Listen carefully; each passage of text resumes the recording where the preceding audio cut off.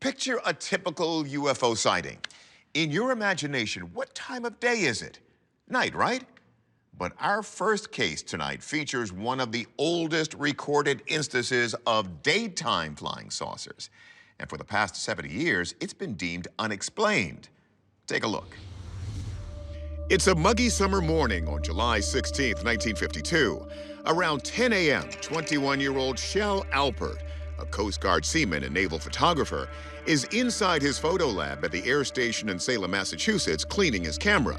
Glancing out the window, he suddenly spots strange lights in the sky.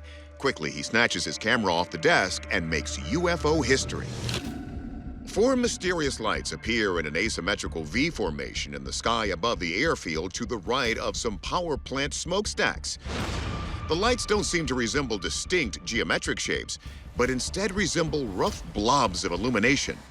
Journalist MJ Benaya speaks to the 70 years of street cred these blurry photos have earned in the UFO community. The fact that this came from a Navy photographer only lent to its credibility with the mainstream press at the time. And when this picture came out, was released, it definitely hit newspapers around the globe. The Alpert photos were eventually analyzed as part of the government's massive Project Blue Book UFO investigations. We know that there were professors from various universities, including Harvard, who looked at this picture. We also know that there were a lot of intelligence agencies and operatives trying to assess what was going on here. Of all the Project Blue Book reports between 1947 and 1969, thousands and thousands and thousands of photographs and reports were submitted. Only about 700 or so remain, according to the Air Force, unidentified. This photograph is one of those examples. It seems the Alpert photos aren't the first UFO sighting to come out of Massachusetts. In fact, the first recorded UFO sighting in U.S. history occurred in Massachusetts in 1639, when Governor John Winthrop recorded a sighting in his journal. According to Winthrop's journal, three locals he described as sober, discreet men spotted a strange light in the night sky as they rowed their boat through a marsh. They claimed it moved with great speed like an arrow to a neighboring town. People claim that this is a solid UFO story, and it remains unknown to this day. Like the Winthrop diaries, the Alpert photos still spark debate. Some think that this is definitive proof of extraterrestrials, and others think this is just a smudge on a lens. The time of day may not seem like such a big deal with the Alpert photos, but in fact, it radically changes our entire investigation. You'll often see daytime photos where the sky is so bright it actually looks white. In this photo, not even close. I mean, look at this. The UFOs far exceed the daylight. Look at that.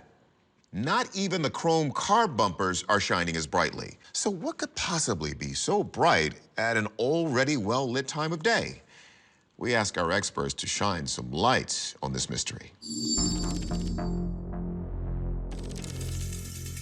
First, the obvious question. Could these images simply be everyday objects like planes or birds reflecting sunlight? Astronomer and VFX artist Mark D'Antonio looks to other objects in the scene for clues. Now, considering that the sun is very, very bright, you might say, well, could these be objects illuminated by the sun? Well, we don't see direct sunlight on the cars. It looks like it's a cloudy day. So these objects up here, they're exceedingly bright. Something lit up by the sun. Looking that bright, I think, is a long shot. And I don't think that's what we're seeing here. Could this then be a deliberate camera trick, like double exposure? Astrophotographer Andrew McCarthy thinks it's worth a look. Double exposure, where you take two photos without advancing the film, and you end up with both exposures on the same slide. If you took a photo of your parking lot and your factory, and then you took a photo of just these four random bright lights, but in a dark room, you could potentially get a result like this. I think that this image is low contrast enough to explain that. But McCarthy admits that despite the low contrast, other tip-offs to double exposure seem to be lacking. One artifact from double exposures is ghosting, where you see unwanted elements of that second photograph in the developed final product. I don't really see too much of that here. D'Antonio looks to the witness statement for critical info. He was cleaning his camera and then looked out the window. So the picture was taken through a window. That's a very interesting development. Could that window be the key to solving this decades-old mystery? It's possible that when he was taking that picture through the window, he did not notice that there were possibly 4 lights behind him reflecting in the window. I'm thinking that we're looking at something that was actually reflected in the window. But could the Air Force's Project Blue Book investigators really have overlooked such an obvious explanation? And what's more, McCarthy sees problems with D'Antonio's theory. He says any reflection would mimic the perspective of the lights, which appear smaller the further away they are. But this photo shows the exact opposite.